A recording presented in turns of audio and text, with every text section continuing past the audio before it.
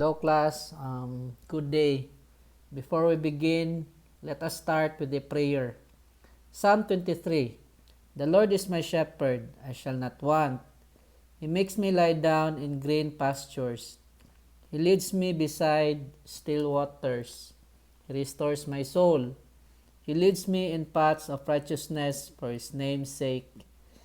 Even though I walk through the valley of the shadow of death, I will fear no evil, for you are with me. Your rod and your staff, they comfort me.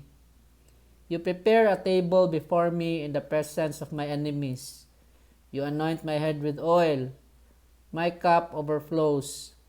Surely, goodness and mercy shall follow me all the days of my life, and I shall dwell in the house of the Lord forever. Amen. Okay. So, good day, class. Today, our topic is all about the updates of our criminal law, okay, our criminal justice system. Because of the rising cases of COVID-19, class, our government has devised ways and means in order to keep the wheel of justice rolling, okay, so that our citizens or the people that needs justice, okay, will be helped with. So to begin our discussion, the Supreme Court has devised a rule. So this rule is implementation of Supreme Court Administrative Circular number 332020 on the electronic filing of criminal complaints and informations and posting of bails. Okay. So in other areas, class, in the Philippines, there is what you call e-filing, because there are surges of COVID-19 pandemic. So especially in the NCR, where their classification is ECQ or lockdown. Okay. So for purposes of filing a case or posting bails, such actions can be done through e-filing. Okay, submit it in through the internet. So this circular is issued pursuant to paragraph 9 of the Supreme Court Administrative Circular 332020, directing the Office of the Court Administrator to issue the necessary guidelines to ensure the proper implementation of said administrative circular, which shall be effective upon the issuance thereof. So at the outset, let it be stressed that the guidelines which supplements the circular are only temporary and shall be in effect only during this duration of public health emergency. Okay. So this circular, class, is only for this time because of the pandemic. However, if the pandemic will be over, we will go back to the normal procedure in our criminal justice system. So also, all prior circulars and respective provisions thereof not inconsistent with this circular and this guideline shall remain valid and in full force and effect unless later revised or revoked. Okay, so right now this is the existing circular for this time. Okay, for this for the purpose of preventing the face-to-face, okay, preventing the spread of the virus. So complainants or accused who wants to post bail can resort to filing through the internet. So to start, considering that the court has allowed the filing of criminal complaints and informations and posting of bail through electronic transmission or email, all clerks of court of the offices of the clerks of court in multi-sala stations and branch clerks of court in single sala stations of both the second and first level courts. So when you say first level class, it's the municipal trial court, municipal trial courts in cities, okay? Second level courts are the regional trial courts. So within 24 hours from the issuance of these guidelines, create the respective email addresses. If they do not have any yet, using ad interim free email accounts, okay? So the courts class, by virtue of the circular, were directed to create email accounts, okay? Like Yahoo, Gmail, Outlook, and etc.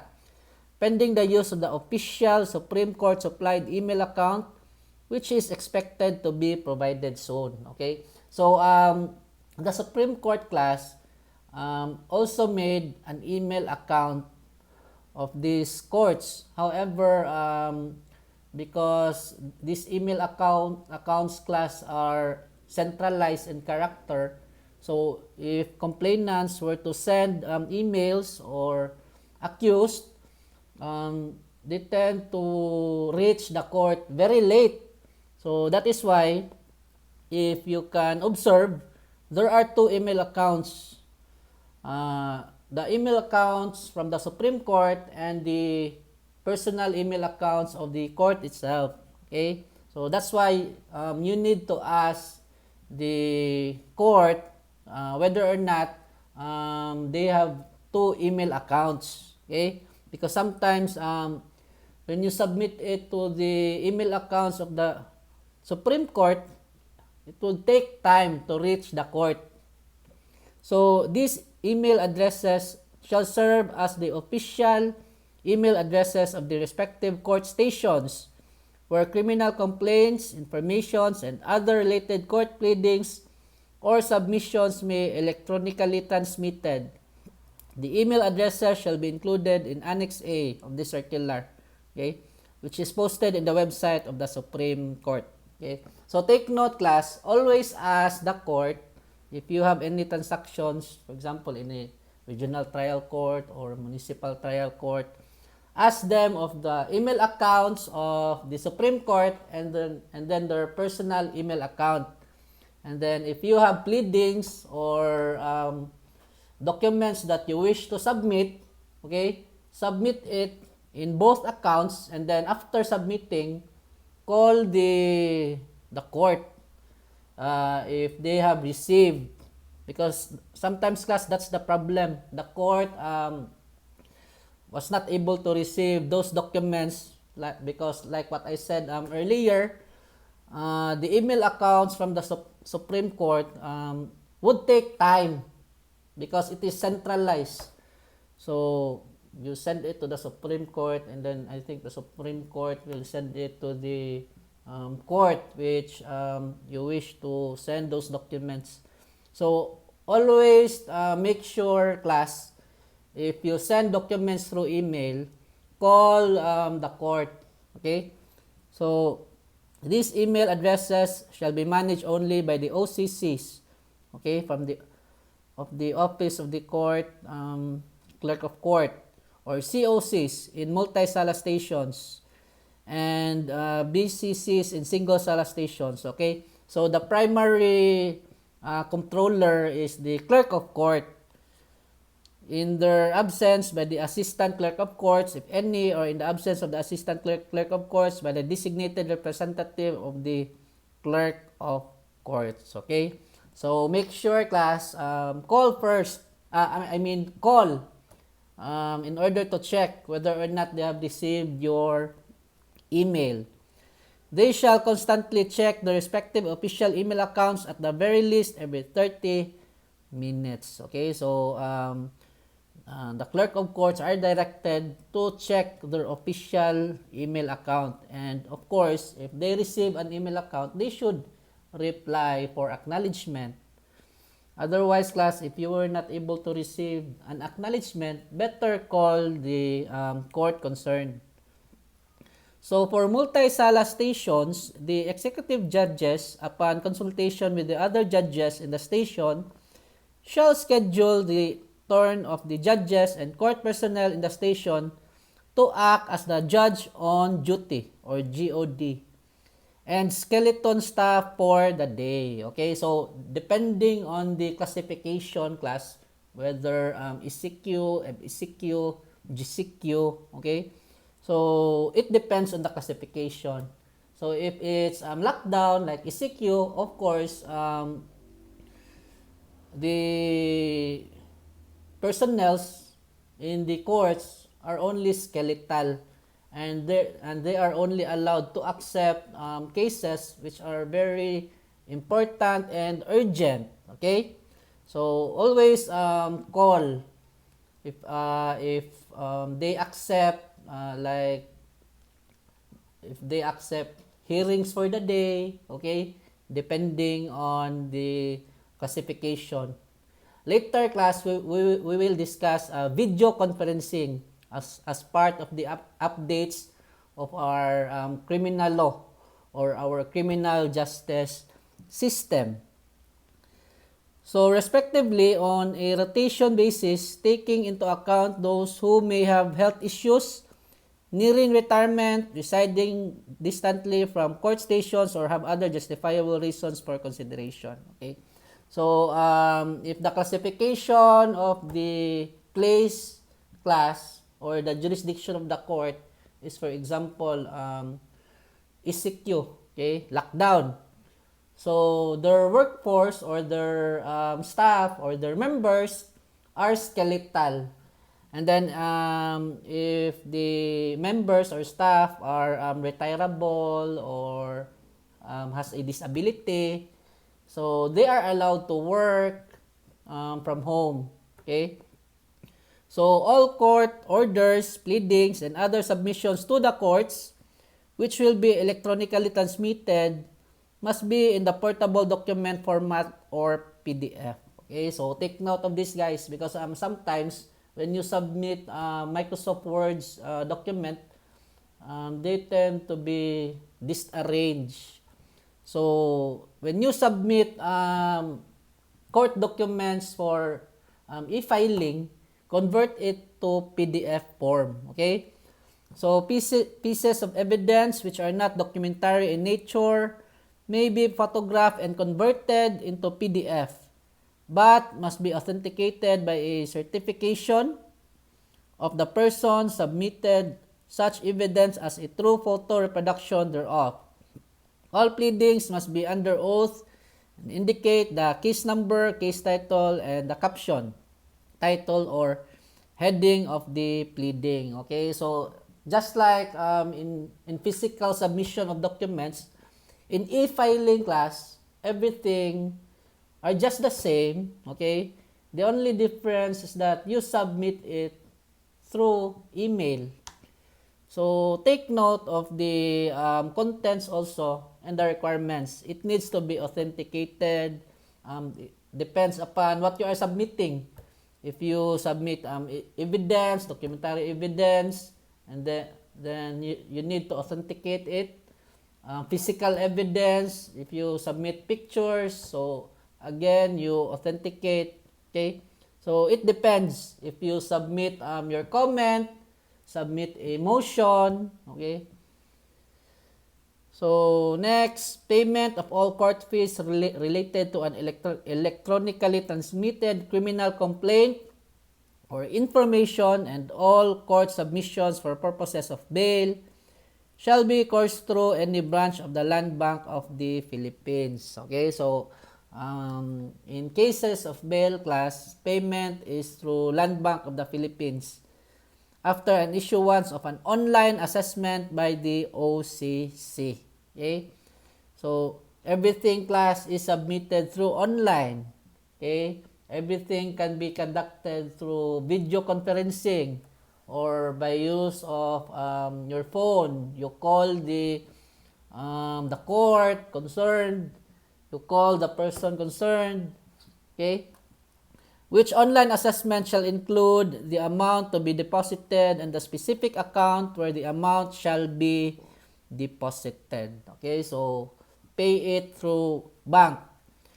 A newly filed criminal complaint or information together with the supporting documents transmitted electronically to the official email address of the court must be printed immediately by the OCC or by the clerk of court assigned. Okay, so the reason for this class is even though you submit it through online or email, the court should make a hard copy, okay, for purposes of the record of the case, because even though the submission is through online, the court class should have a record of the case, a physical copy, okay, which will form part of the record, okay, because this circular class is only applicable at this time because of the pandemic, but we never know, class. So even if the pandemic will be gone, due to the convenience of this rule, okay, maybe the court or the Supreme Court will adopt e-filing, okay? So as a mode, okay, as a mode of filing your case, or as a mode of applying any relief in court. So next, the skeleton staff on duty or the designated representative should make a physical copy of the document submitted through email for the creation of a temporary Rollo. Okay, so Rollo is the record of the case. Okay, so I know most of you have been to court and you've seen the record, okay, during hearing that the judge will read. So that's the Rollo.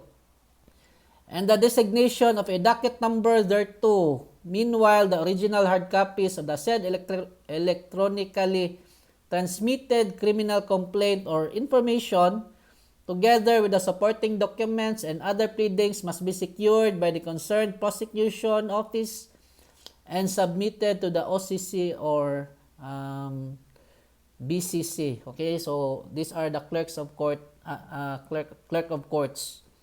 As the case may be, within 3 calendar days after the end of the public health emergency period or upon the order of the court. Okay, so all documents, class, that you submitted through email, of course, you keep it for record purposes, because after the pandemic or when the health protocols are lifted or upon order of the court, okay, you are mandated to submit it, okay, to form part of the record or the Rollo.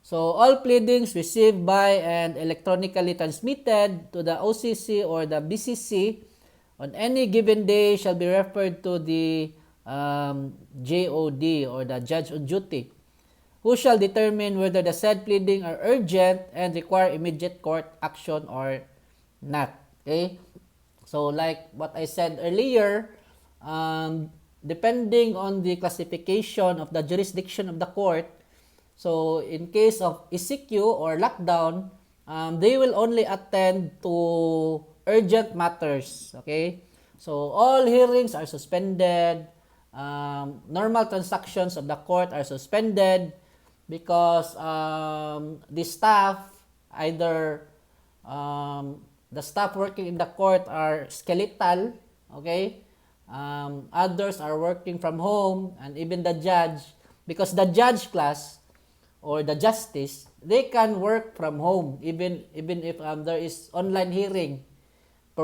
provided that the judge or justice is within their jurisdiction. Okay, so they can conduct hearing, online hearing, class, at their place. Okay? But what is important is that they are within their jurisdiction. So if they are not urgent and do not require immediate court action, the judge on duty shall refer them to the executive judge if the case to which the pleading pertains has not yet been previously raffled, or to the judge to whom the related pending case was earlier raffled for appropriate action. Okay? So it depends on the classification of the jurisdiction. So if ECQ or MECQ, so the court, okay, will not act on your motion if it is not urgent. So necessarily, the raffle of newly filed cases during this public health emergency period is suspended. Okay, like what I said earlier, if the matter is not urgent, what are urgent matters, class? For example, for purposes of bail, it's urgent. Okay, inquest. Okay, we will discuss that later, class. So the judge on duty shall resolve all urgent matters brought before him or her in accordance with the provisions of the circular, and thereafter refrain from further acting on non-urgent matters involving the said case, which shall later be raffled immediately after this public health emergency period to a regular judge who will preside over the subject case. Okay? So the posting of bail, whether through cash bond or surety bond, shall indicate the case number and title and the name of the accused for whom the bond is being posted, and be made at any branch of the Land Bank of the Philippines. Okay? So even though the application is through online, still you need to make sure that the documents are still in consonance of the guidelines of bail. Okay? So which shall issue a validated deposit slip after such payment. Okay? So after paying in Land Bank, Land Bank will issue a deposit slip which you will present in the executive clerk of court. Okay? And contact number of the said branch where the bond was posted and be electronically transmitted to the concerned OCC, COC, or BCC. Okay, so these are clerk of courts, class. OCC, executive. These are the executive clerks of courts, who shall then verify with the Land Bank branch where payment was made. Once verified, the OCC, COC, or BCC, or the clerks, shall issue an official receipt, copies of which shall be electronically transmitted to the judge on duty, who shall consider it in resolving the bail application, and to the paying party. Okay, so urgent matters during ECQ are deprivation, those who are deprived of liberty. So when a person posts bail, it is an urgent matter. That's why the court will act on it. That's why there are skeletal staff, okay, in court. So in the event that the surety bond and the supporting documents are physically submitted to the concerned OCC, this shall likewise be scanned and electronically transmitted to the judge on duty. Okay? So the requirements for bail, including but not limited to the pictures of the accused, his or her fingerprints. So the same, class. So all requirements of bail, which was during physical application, still the same requirements. The only difference is that you scan those requirements and then submit it as electronic file. Okay? So fingerprints, declaration from the accused, and certification from the law enforcement agent or jail warden that the pictures and fingerprints are those of the accused, and that the person under his or her custody or who surrendered to him or her is the accused may be electronically transmitted by the accused, his or her representative or counsel, to the clerks. And then the clerks then shall electronically transmit the same to the judge on duty for personal evaluation and appropriate action. Okay, so if after submission to the clerk, so if the judge is working in his or her home, okay, so the clerk will submit everything to the judge for his or her appropriate action. And then after that class, if the judge is working in his chamber, so the clerk of court can make a printout, a physical copy of the document, so that the judge once again can make the appropriate action. Okay, so there must be a personal evaluation and appropriate action for the judge on duty. So if the requirements for bail are manually or physically submitted to the OCC, they shall be scanned and electronically transmitted to the judge on duty for his or her appropriate action. A template of the declaration of the accused and the certification of the law enforcement agent or jail warden to be submitted to the court is herein attached as Annex A. Okay? So don't worry on this class because sometimes this is the job of a lawyer. Okay? However, so that you will have a background, okay, of the updates or the procedure in this pandemic, so we will make a rundown on the different procedures or updates, okay, for the application of different transactions in court during this pandemic. So in all cases, the judge on duty shall personally review the requirements. Okay, so the same, the judge will review the requirements whether or not they meet the standards.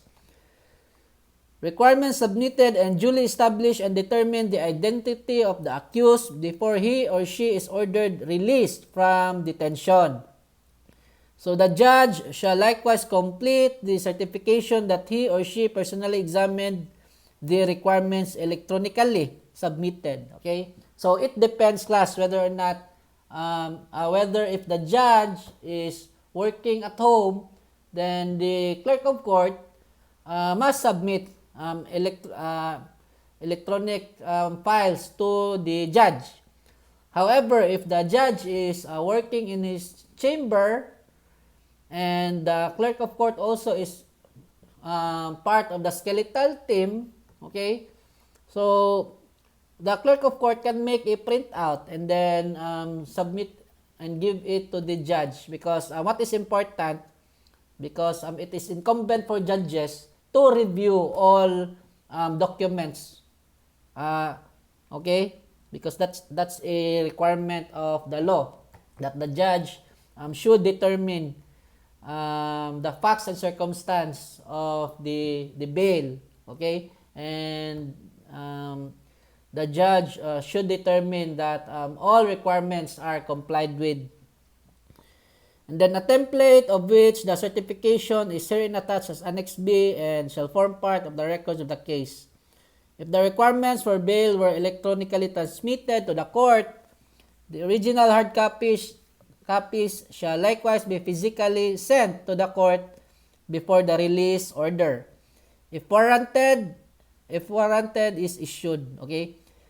Should the judge engender some doubts as to the identity of the accused or to any of the requirements submitted, he or she may require additional proof or simply altogether deny the application for bail. Okay? So that's why, class, it is important for the judge to review all the documents, okay? Because in order to determine that all requirements are complied with. Otherwise, the application for bail can be denied outright, okay? Or if there are lacking requirements, the judge may require additional requirements or proof, okay? Next, pursuant to paragraph 5 of the circular, orders for the approval of the bail and release of the accused shall be electronically transmitted to the executive judge, who in turn shall electronically transmit the same within the same day to the proper law enforcement authority or detention facility to enable the release of the accused. The electronically transmitted approval of bail and release order by the executive judge shall be sufficient to cause the release of the accused. So for this purpose, the executive judge and single sala court judges shall require the law enforcers and jail wardens in their respective areas to provide official email and addresses, okay, and other contact details, and coordinate with them to ensure that only approvals of bail and release orders electronically sent and emanating from the said executive judges and single sala court judge shall be honored and implemented. Okay? So once there is already determination, class, that indeed it is the accused and he has submitted all requirements, the next step is for the judge to make a release order. Okay? So, of course, release orders are submitted also electronically. So that's why the persons concerned, like warden or the police officers who where the person was detained, okay, they must ascertain that those release order really came from the court. Okay, so that's why complete details, email, contact details must be given to the court also. So that they can ascertain that the accused, the one who applied for bail, okay, or the person deprived of liberty who is applying for bail is the one should be released. Okay, and the custodian of those persons also should ascertain, for example, the warden, the police officers, like yourselves, the law enforcers, should ascertain also that the release order really came to the court. Okay? Because sometimes, because it is electronic class, there are hackers maybe, and they would make bogus release order. So that's why you need also to talk to the court in order to ascertain whether or not there is a release order ordered from which was ordered from the court. Okay?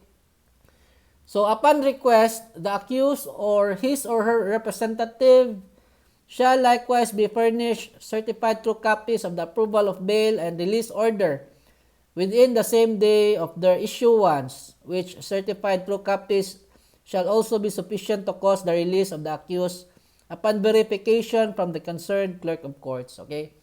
So it's a matter of ascertainment, class. Okay? It's a matter of verification. Once again, communication is the key.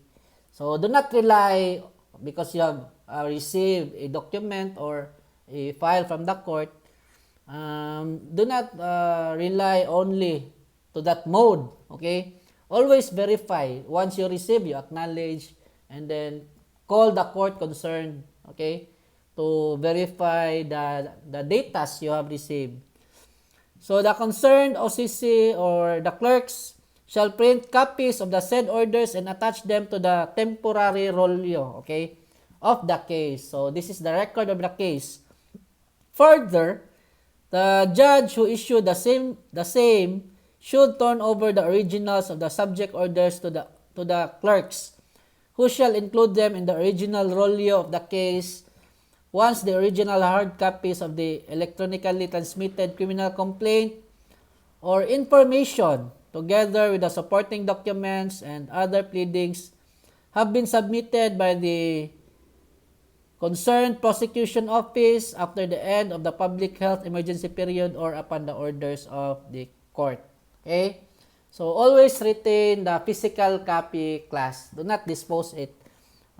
Even if you have already submitted it through email, always keep it because after the public health emergency, after the COVID-19, or upon orders of the court, you are still mandated to submit the physical copy. Okay? So, for strict compliance, so this was made April 3, 2020 by the court administrator. Okay. So, if filing, now let's discuss video conferencing.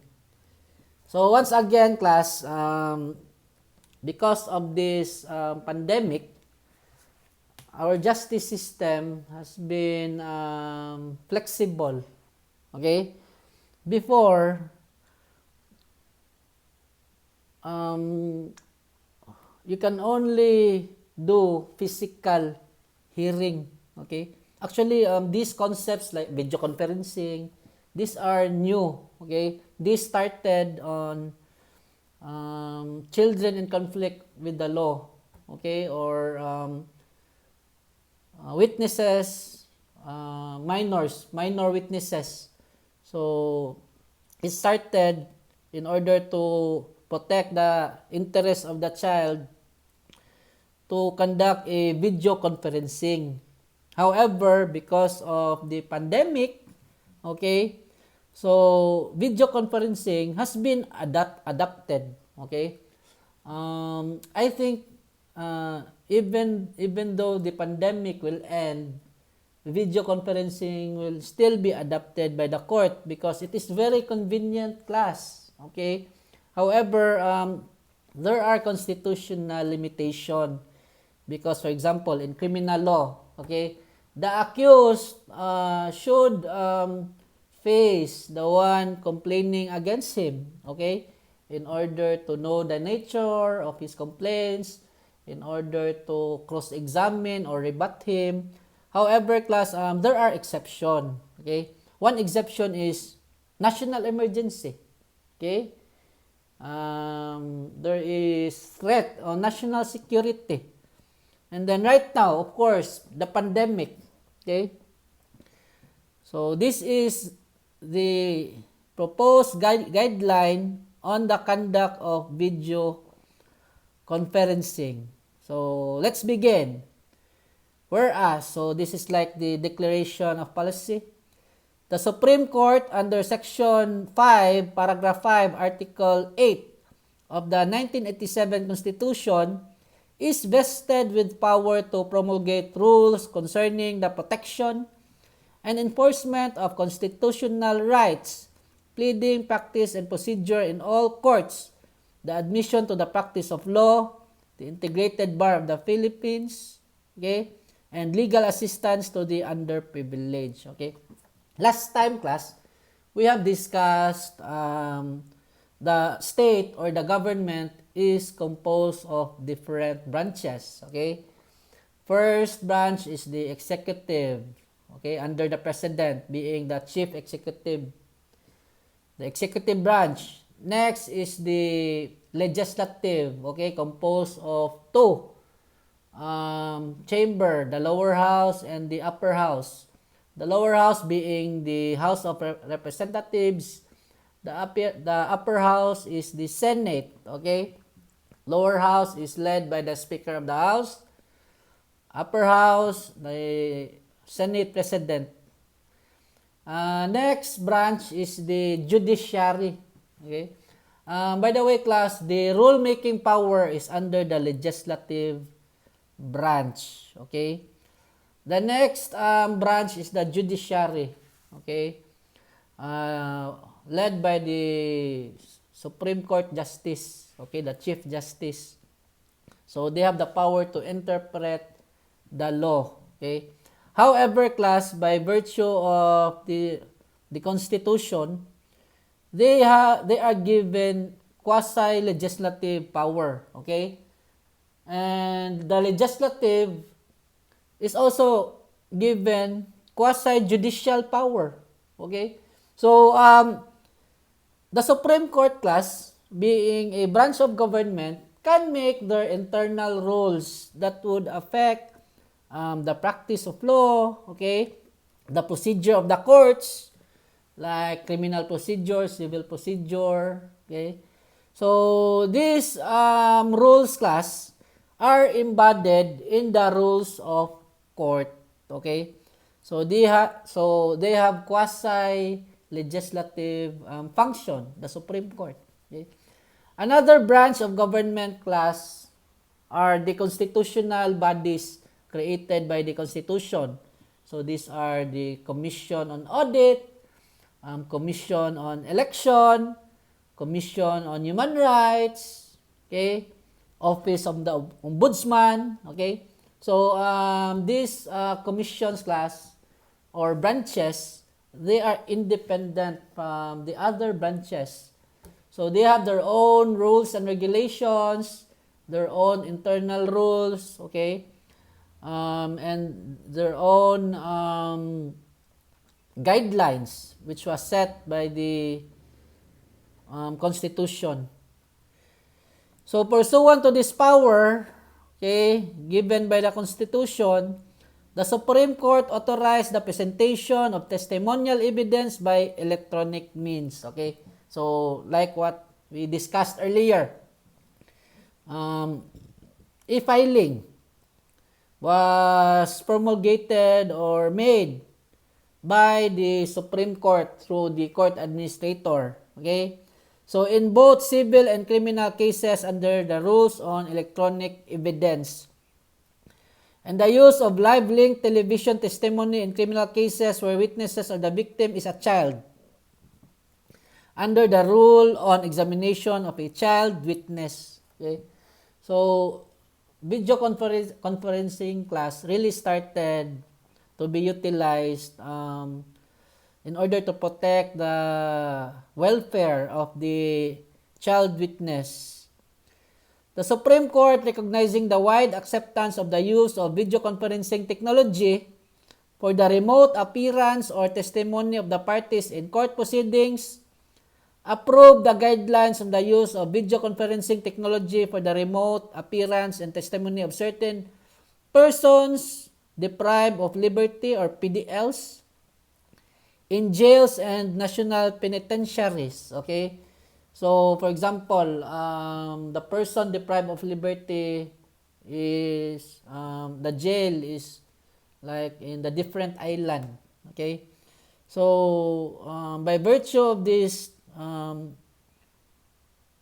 circular, okay, the Supreme Court devised video conferencing as an alternative mode to present that person, which is being pilot tested between the Davao City Hall of Justice, Davao City, okay, for a period of not more than 2 years. So the pilot testing, class, is in Davao.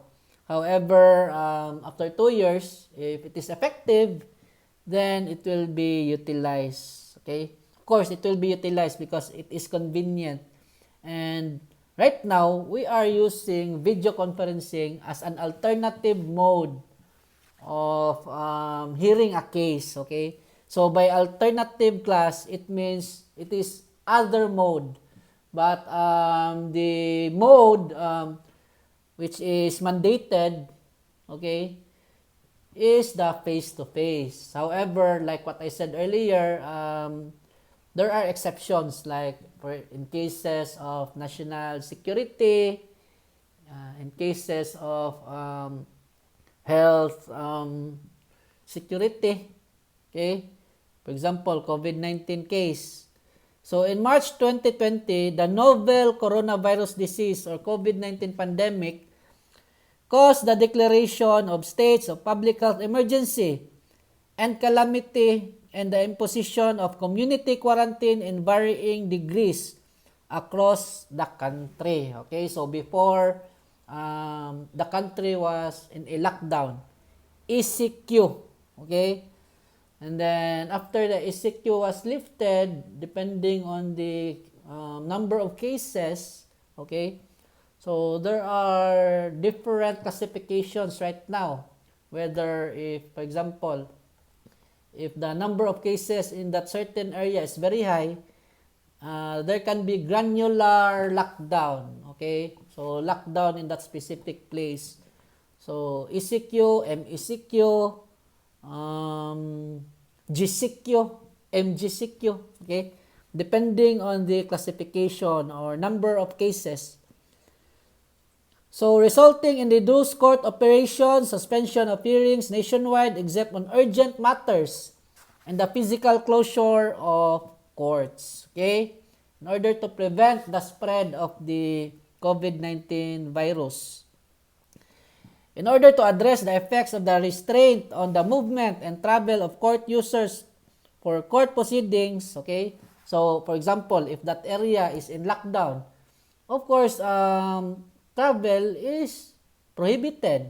Okay? You cannot enter that specific area. Okay? So the Supreme Court designated pilot courts that were authorized to conduct hearings through video conferencing, both in criminal and civil cases. Okay? So right now, we utilize video conferencing class as an alternative mode of hearing in order to expedite cases through several issuances, specifically indicated to apply only during the duration of the public health emergency. Okay, so right now, the circulars, the issuances are because of the pandemic. Okay, however, class, I think because of the convenience of video conferencing, e-filing, okay, I think the court or the Supreme Court will adapt this new normal, okay? So even with the gradual easing out of community lockdowns, video conferencing continued to be adopted as an alternative mode of conducting court proceedings, okay? I said alternative, class, because of course, face-to-face is always preferred because it is mandated by the Constitution. Okay? However, there are exceptions like national emergencies and so on and so forth. Considering the commendable results of the use of video conferencing in pilot court stations, the Supreme Court issued Memorandum Order 40/2020 dated May 29, 2020. Okay? So, video conferencing is a new mode of court proceedings, creating the Special Committee on Virtual Hearings and Electronic Testimony. Okay? Special Committee, tasked among other matters to propose guidelines for the conduct of video conferencing, which shall be applicable even after the current public health emergency ceases. Okay? So in criminal cases, there is a need to ensure that the constitutional rights of the accused are safeguarded during video conferencing, and the Special Committee on Virtual Hearings and Electronic Testimony is composed of the following members. Okay? So these are the members, class. Okay? Members of the Supreme Court. Okay? The Technical Working Group.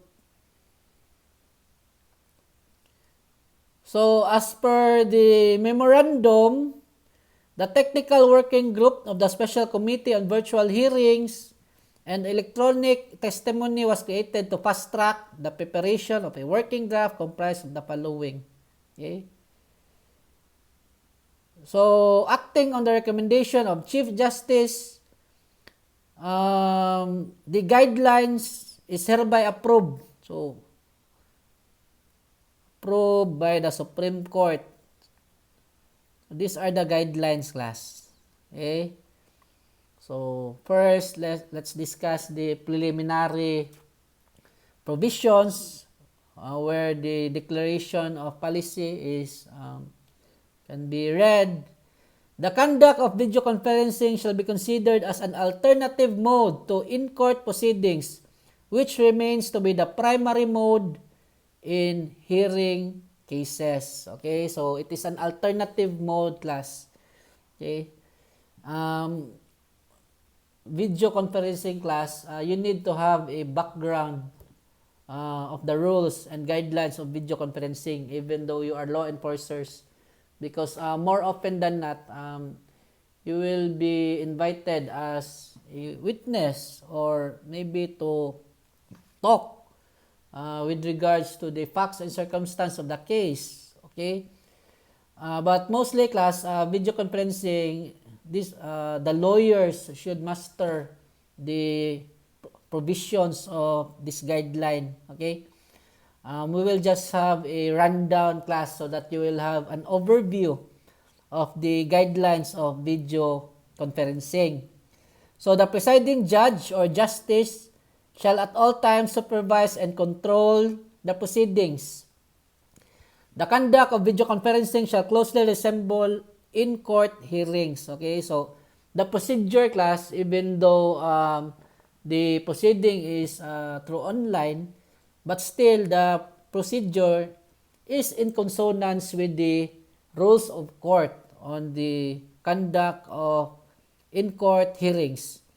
With remote locations viewed as extensions of the courtroom, the dignity and solemnity required in an in-court hearing, as well as the rules and practices on proper court decorum, shall be strictly observed. Perjury and contempt laws shall apply. Okay? So, all rules with regards to in-court hearing is applicable to video conferencing hearings also. Okay? So, that is why if you are not courteous during video conferencing, then you can be held in contempt by the court.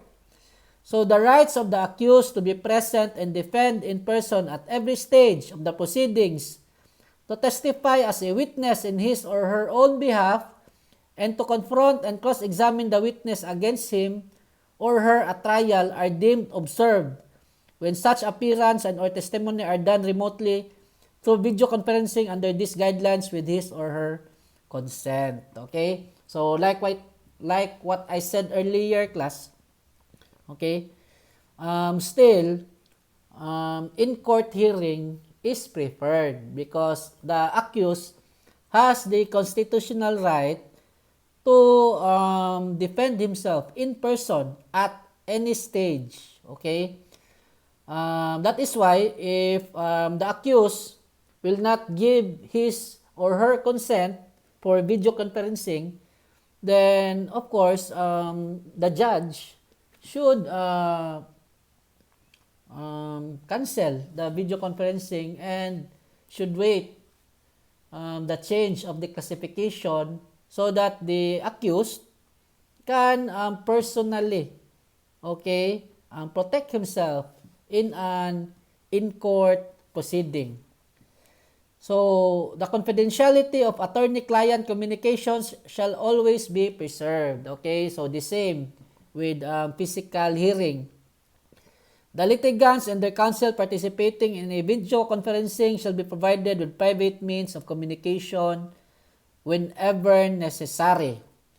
The rules of court shall continue to be observed during video conferencing, except with regards to the requirements that witnesses shall give testimony in open court. Okay, so part of the rules of court is the requirement that witnesses should give their testimony in open court. However, there are exceptions, okay, like what we've discussed earlier, national emergency, national security, okay, and so on and so forth, as well as other special rules or issuances.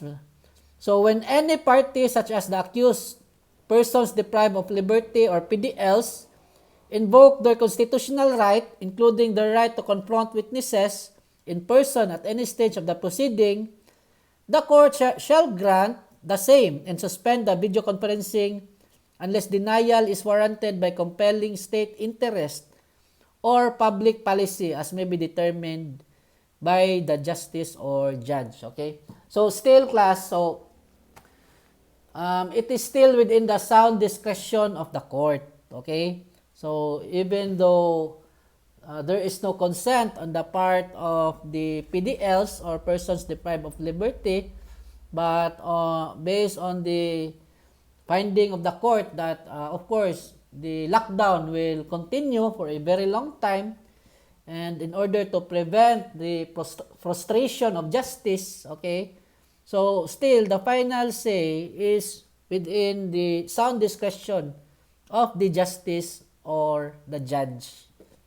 Okay, so definition of terms, we'll just read some definitions. What is video conferencing? So court hearings and proceedings including the taking of testimony conducted through video conferencing technology or the use of video, audio, and data transmission devices to allow participants in different physical locations to simultaneously communicate by seeing and hearing each other. Okay? So, video conferencing class, it only means that the hearing is conducted through online. Okay? So, who are the participants? So, this includes litigants, counsels, testifying witnesses, judges, justices, essential court staff, and other interpreters. Okay? Compelling state interest. It is a valid or legitimate interest of the state so paramount as to justify limiting or subordinating the constitutionally protected right of the accused. Okay, so like what I've discussed earlier, it is a constitutional right of the accused to confront his witness or the case itself physically. However, there are exceptions. The exceptions are the compelling state interest. So these are, for example, national emergency, okay, a threat in national security, okay, and so on and so forth. So PDLs, persons deprived of liberty. So if high risk, charged with violation of laws penalizing terrorism and terrorism-related offenses. Okay, so these are just matters of reading, class. I will leave this up to you because I have uploaded these notes in the files. Okay, so a high value target. So a high risk PDLs are considered high value targets because of the considerable threat he or she poses to the security of the jail facilities, the court, or the community, the risk of escape or attempted escape, and other safety and welfare considerations in transporting him or her to and from the jail and courtroom. So this includes but is not limited to suspected members of local and foreign terrorist groups and drug and other organized crime syndicate. Okay? So these are just matters of reading. We'll just check for definitions that we don't have any idea. Okay. So CICL class are child in conflict with the law. PDLs, persons deprived of liberty. Okay.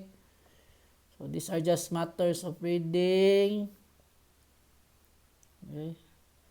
So, the general procedure of video conferencing.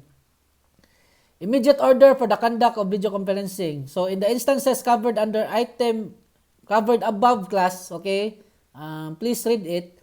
The court may motu proprio order that hearings or proceedings be conducted through video conferencing, okay, if the persons involved are high-risk PDLs, okay, or high-value targets, which shall be the subject of a motion under the next paragraph.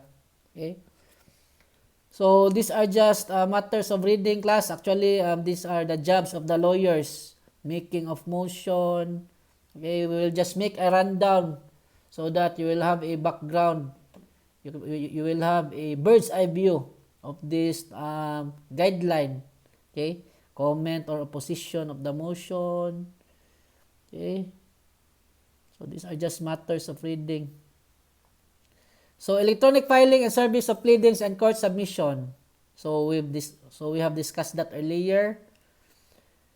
No cancellation of scheduled video conferencing hearings except on meritorious grounds. So the same class with physical hearing, you cannot reset the hearing if it is not on meritorious grounds. Okay? So these are just matter of hearing. So pre-hearing preparations, official software or platform for video conferencing. Okay? So depends upon the platform class of the court being utilized. During my online hearings, the court utilizes Microsoft Teams. Okay, so it's very convenient. The same with our platform that we are using in our online class, Microsoft Teams. Okay, so of course the platform used shall be communicated to the parties, okay, through their email. Okay, just like what we discussed earlier, all contact details should be submitted to the court. Okay, and at the same time, contact details of the court should be the parties should have a copy of it also. Okay. There should be sufficient time to prepare equipment and facilities for video conferencing, notices, invitation, and links for the video conferencing. Okay? So that's why it is important to have the number, the phone number of the court class so that you can clarify or verify, because sometimes due to weak signal or maybe the email was wrongly spelled, okay, it will not be received by the recipient. So that is why always verify. Call the court, okay, acknowledge your documents that you submitted online. At the same time, acknowledge also the notices, the orders of the court, okay. So the court shall send out to all concerned participants respective email addresses the invitation or link to the video conferencing at least 24 hours before the scheduled hearing. Separate invitation or link shall be sent for morning and afternoon video conferencing session. Okay, so these are just matters of reading class. Okay, public access. So any individual who wishes to attend a video conferencing hearing shall send a request to the concerned court at least 3 days before the scheduled hearing to court's official email address and provide the following information. Okay, so video conference hearing class are also public hearing, so individuals can attend. Okay, just like in open court. Okay, so there are individuals, even though they are not part of the case, they can watch and listen. Okay, other parties which has cases also in that court. So, the same with video conferencing, okay? Other parties can attend provided that they communicate to the court and provide their full name, email address, contact number, scanned copy of the government ID, government issued ID, and interest in attending video conference hearing, okay? So, just like an open court, this is also a public hearing. Okay, for example, you are a law student, okay, or you are law enforcers that wants to be updated of the new rules, okay, so you want to attend the online hearing, so you can do so by communicating to the court, okay. So these are just matters. So hearing proper, location of justices or judges and court personnel during video conferencing. Like what I've discussed earlier, class, the judges, the staff of the court, they can work in their homes, okay? or they can go to their courts depending on the classification class. If lockdown, of course, it would be skeletal and they will only accept urgent matters. However, if the classification is lesser, okay, like MECQ or GCQ or MGCQ, so they can conduct video conferencing hearings or open court hearings depending on the classification. So if they are working at their home class, what is important that the judge or the justice is within his or her jurisdiction. Okay? So the interpreter, use of earphone and headset. Participants are encouraged to use earphone and headset during video conferencing. So video conferencing, colloquy, and protocols for speaking and technical difficulties. So when you say colloquy class, how you converse during video conferencing, we will discuss that later. Okay? So virtual inspection of remote location, indication case records, conduct view and sound speaking recording. Okay? Signing of documents during video, so shall issue guidelines concerning digital signing of documents during. So e-signature class is also utilized, okay, as part of the electronic filing of documents. Okay. So suspension or discontinuance of video conferencing. So as a general rule class, if a video conference is set already, it cannot be reset unless there is a reason to reset which is acceptable by the court. For example, on meritorious ground because there's an emergency, the parties are sick, or on technical ground because there's a lightning and there's brownout, there's blackout. Okay? So of course, there are other modes to communicate with the parties. They can call, they can message, they can email, they can text, they can use their cell phone or use other platform like Messenger, Viber. Okay? What is important, class, is you should have the contact details of the parties involved or the court. Okay? Presentation of evidence, class, documentary evidence, and judicial affidavits. Okay, so these are the job of the lawyers, class. So we'll just make a rundown. Okay, object evidence, use of interpretation during video conferencing. So where interpretation is required during video conferencing, the court shall require consecutive interpretation in the taking of testimonial evidence. The interpreter shall always have a clear frontal view of all participants who will be speaking to allow him or her to observe lip movement. Okay? So, the same, class, with the open court hearing. So, all rules which is applicable to the open court hearing is also applicable in video conferencing hearing. Okay? The difference is only is that video conferencing is through online. The physical face-to-face, that's the difference. But the rules is still the same. Okay. So private communication between litigants and counsel. So when litigants and their counsel are not present at the same location during video conferencing, they shall be permitted to confer privately without the other participants overhearing them through provision of means such as secure phone lines, separate. Of course, if you are presenting your witness, you need to first talk to your witness privately.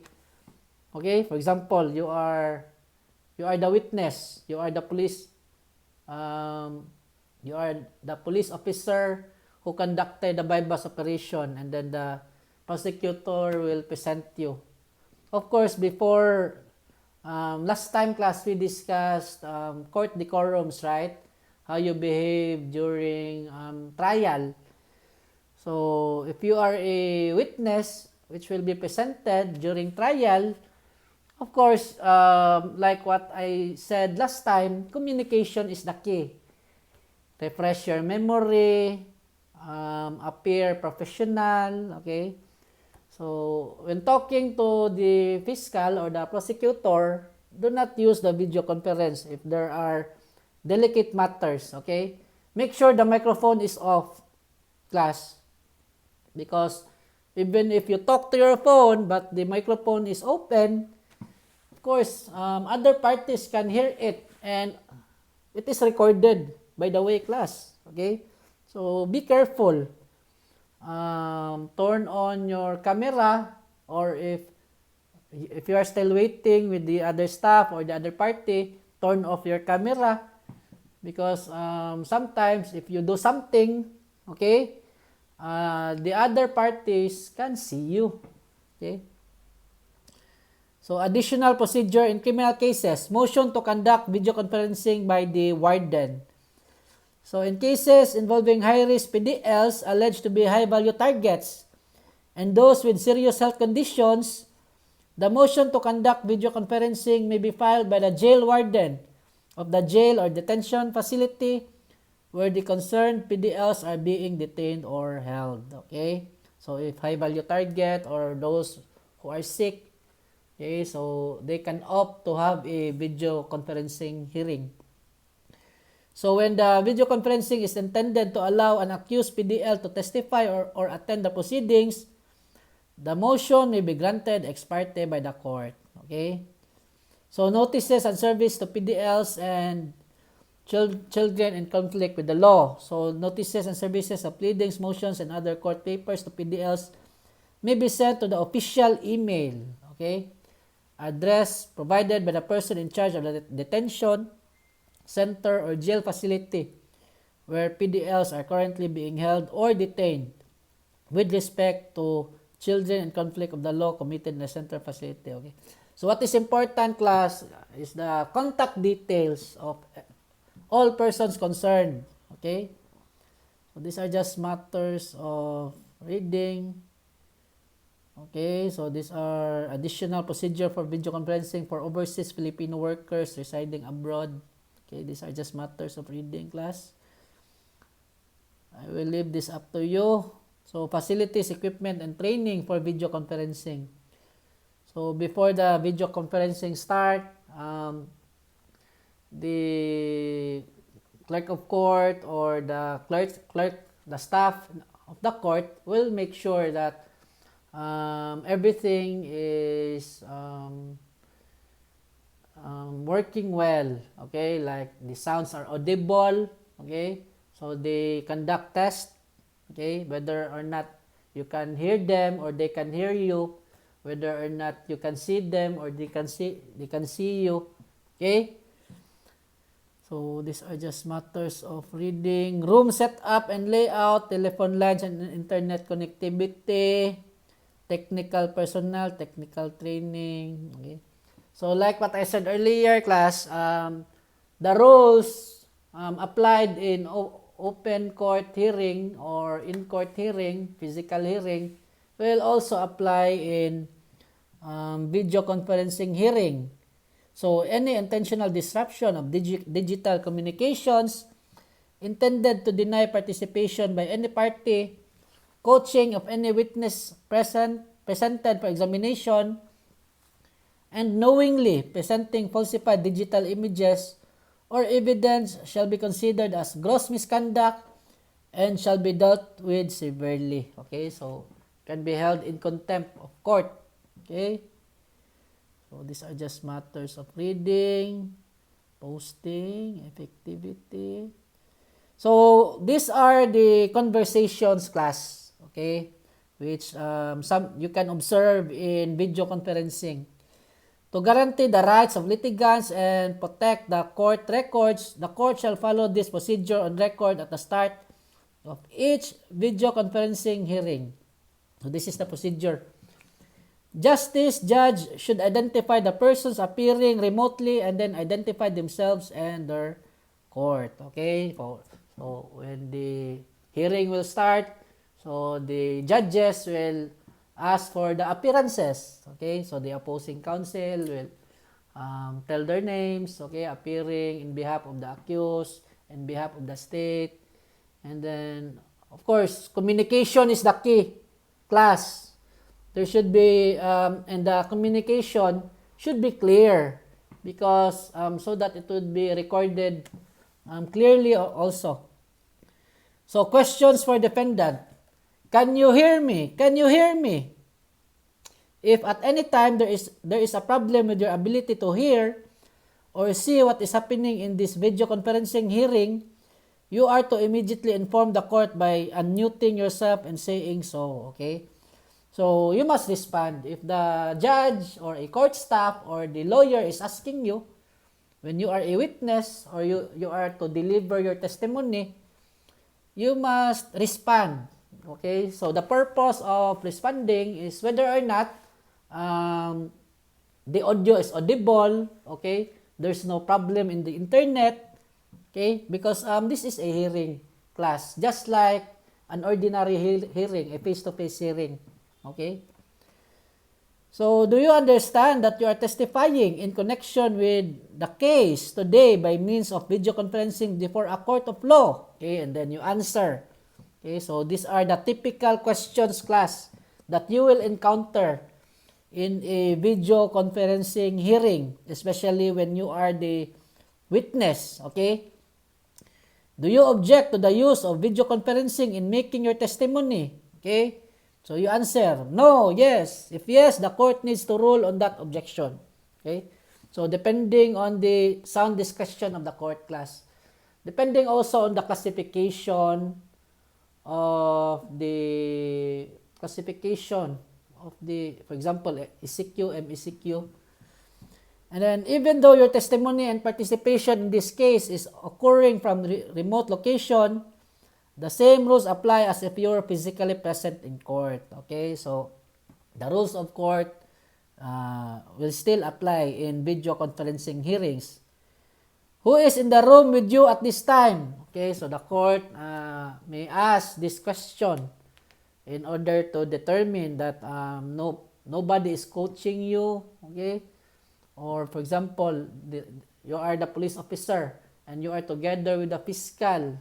Okay, so in order to prevent coaching, of course, and for the other party to intelligently defend himself or herself, okay, so that's why the court will determine whether or not everything is in compliance with the rules. If at any time anyone in your room other than your counsel tells you what to say or tries to influence your answer in any way, you are to immediately inform the court. Okay, so of course, this is what the court wants you to do. Okay.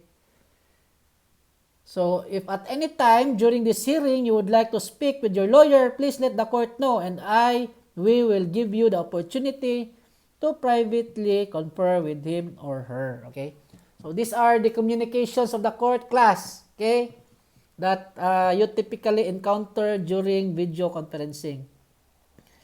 Then remind the participants and other persons attending the video conferencing of the prohibition against photographing, recording, and rebroadcasting of the court proceeding. Okay? So take note, class, even though these are public hearings, class, you are not allowed to share the proceedings in Facebook, in YouTube. Okay? Violations of these prohibitions may result in sanctions including contempt of court. Okay? So even though this is a public hearing, class, but still, this is protected by law. Okay? So, this is not, you cannot post it in public platform. That is not allowed. Identify for those appearing from a remote location any person in the courtroom who may not be visible to them. If the litigant or counsel wishes to see a particular individual, the court shall accommodate the request appropriately. Okay, so again, you can request with the court, class, okay, with regards to any need, Okay, for example, if you cannot hear or if you need time, okay, if you need to refresh your memory, Your Honor, I cannot see clearly the judicial affidavit presented in the video conference, okay? So you can always seek help to the court. Determine and record whether the equipment to be used in remote locations meet the minimum standard for video conferencing under the guidelines approved by the Supreme Court, okay? So that's the guidelines class for the video conferencing, okay? Next update in our due to this COVID-19 pandemic class with respect to our criminal justice system are the rules, okay, for the persons deprived of liberty. So interim rules on parole and executive clemency. Okay, so these are new rules class updates for our criminal justice system. So, pursuant to Republic Act 1146-9 or the Bayanihan to Heal as One Act, the country has been placed under a state of national emergency due to the coronavirus disease or COVID-19. One of the declared policies under the Bayanihan to Heal as One Act is to mitigate, if not contain, the transmission of COVID-19. Okay? So, of course, if you are a person deprived of liberty, okay, you are inside a cell, you are in prison, okay, together with other persons. That's why this rule class entails that if your case does not necessarily need that you are in prison, then you must be released immediately, okay? So, it is the policy of the Department of Justice to address the congestion and overcrowding of the national penitentiaries in line with the implementation of the declared national policy under the said law to ensure the health and safety of persons deprived of liberty.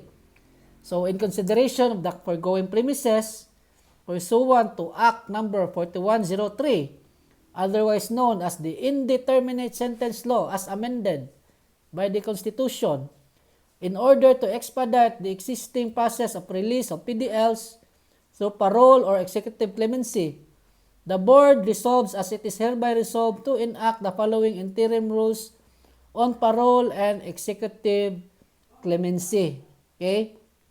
So, cases covered by the interim rules on parole. Okay? So, these are just matters of reading class. Okay, so what is necessary, what is important is that there are rules for persons deprived of liberty. Okay, so I think that's it, guys, for the updates of criminal justice system. Thank you and God bless us all.